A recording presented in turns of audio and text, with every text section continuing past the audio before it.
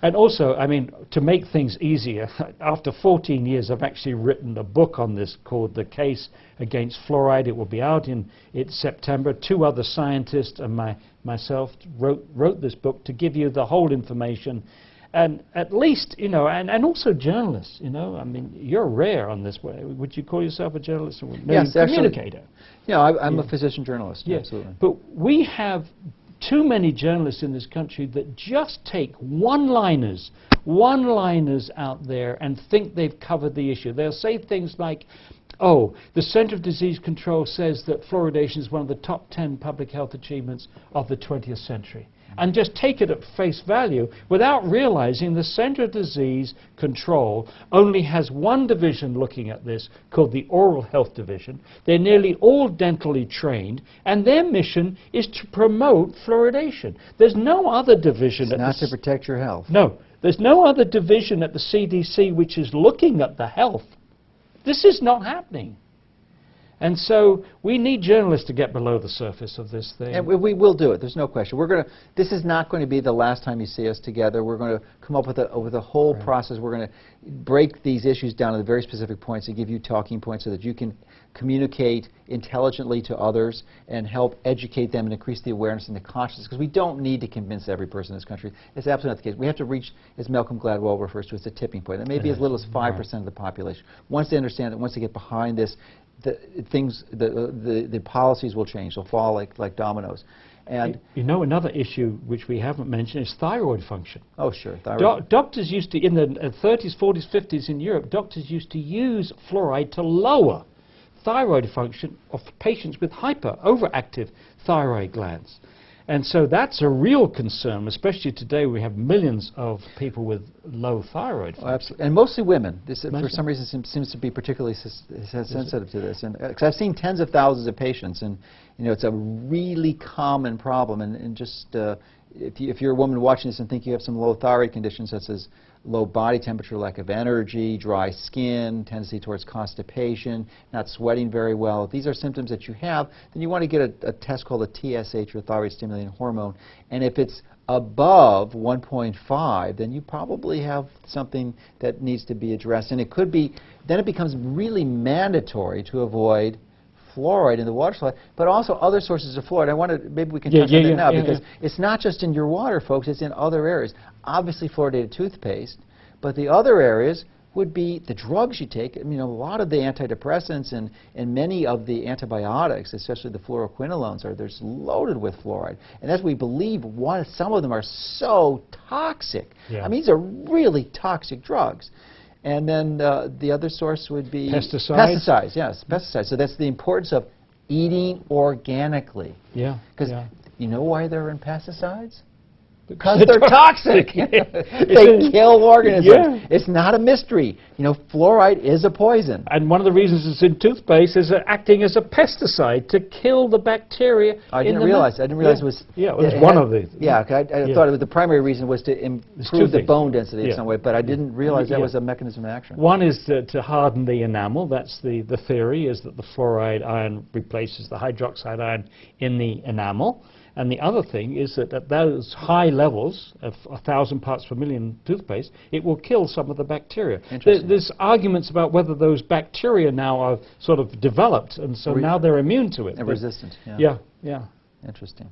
Another issue, I don't know if you knew this, Joe, but there was a study done in England shows that fluoride accumulates in the human pineal gland, the little gland between the 2 hemispheres of the brain that makes melatonin. Now, what I find fascinating here is the way that protecting this policy is more important, apparently, than protecting our health. Because even though that study was done in England and was published in 2001, fluoride accumulates in the human pineal gland, and in her animal study she showed that it lowered melatonin in animals, so that was consistent with this. Not one single fluoridating country has attempted to reproduce that study. Why not? It's not a difficult study to analyze the pineal gland of corpses in the few fluoridated countries. Not doing it. Why not? And I find that shocking. I mean, I find personally, as a scientist, the way science is being abused in promoting fluoridation And, you know, with science, if you don't have truth, it's not science anymore. It's something else.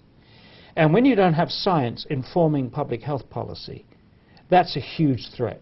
That's as big a threat to our country, I think, as it is a threat to our health. It's a very serious issue, and I recently interviewed an MD, PhD, Beatrice Gollum, who's out at the University of California, and really high integrity physician, and really addresses this well in the drug model, because you're right, the scientific method works. No question. The problem is it becomes bastardized in this country because there's massive conflict of interest, which distorts the results, and it's just, you can't trust them anymore. They become untrustworthy, unreliable, and she goes into all the different mechanisms or factors and variables that how it's penetrated into that whole process, from the actual peer-reviewed journals themselves to accepting them and reprints, and and advisory committees. It's just a massive mess. So what I want to say is that we are firm believers in the scientific method. Because absolutely. Some people who counter what we're saying is saying that we've abandoned this, and nothing could be further from the truth. It's nonsense. We believe the scientific method works. It just has to be free from conflict of interest. We need two taps. We need to turn off the tap on fluoridation, and we need to turn on the tap of scientific integrity. Let's have scientific integrity back in our universities, back into our research, and back into informing our regulatory agencies. That's one of my missions. I hope that we can see some progress on that too. But we can begin with stopping fluoridation. Yes, and the reason, again, we're together is because we share a similar mission. We are both convinced that we, with your help, and only with your help, are going to be able to eliminate, and I'm talking no fluoride in any municipal water supply in the U.S. Right. And the strategy we're going to take, because we need to be strategic about this, is to first address Canada, because 60% of Canada is not fluoridated, 40% is, and if we can get the rest of Canada to become non-fluoridated, we believe the U.S. will follow. We're also going to be addressing the two communities, Austin, Texas, and San Diego, California. So if you're in any of those areas, we'll have, certainly let us know, and we'll probably have a link that what would you recommend as a strategy of how they could participate if they're in Canada and they want to help, or if they're in those local communities in California, Texas? Go to our webpage to begin with, because we will keep people posted on that, fluoridealert.org. And we'll have a link on the page. Yeah. And they can contact you and contact me, and we'll give them the contact. And if you're in any of these other communities that you think that you've got some really strong, credible activists who are scientifically based and grounded and really can provide a good support, then let us know, and we can provide resources to help support you in your effort to eliminate fluoride from your local community, because it really needs to be a community-by-community battle. We're not going to pass a federal law. There's not going to be a presidential mandate or even a statewide elimination. It's really community-by-community. Well, it's politics which is interfering with science in this issue, and we need it's a matter of political will, and you cannot change political will if you don't get the people. Right. We must begin and with the folks. We've got the numbers. We've got the numbers. There's only a small number of people who are confused about this, and the more people that we can educate about the truth, the more we can convince them, the more we're going to win this. So it's about scientific truth, and you can challenge anyone who's opposing you to just do the research, go in and evaluate the data. It's there. This is done by this was work commissioned by the United States government. Objective third party, and this is the conclusion they reach. We're not making this up. There's hundreds, if not thousands, of references in this in the scientific literature. You know, Scientific American actually had an article, eight-page article on this in January of 2008, if people go back to that Scientific American. And in that article, they interviewed the chairman of this report, Dr. John Doole, and he said how shocked they were that when they went to the literature, the scientific literature, how little science, real science, had been done, that there were so many unresolved questions on health. And he singled out in that interview the thyroid function. It really did concern him, the possibility that fluoride may be interfering with the thyroid gland.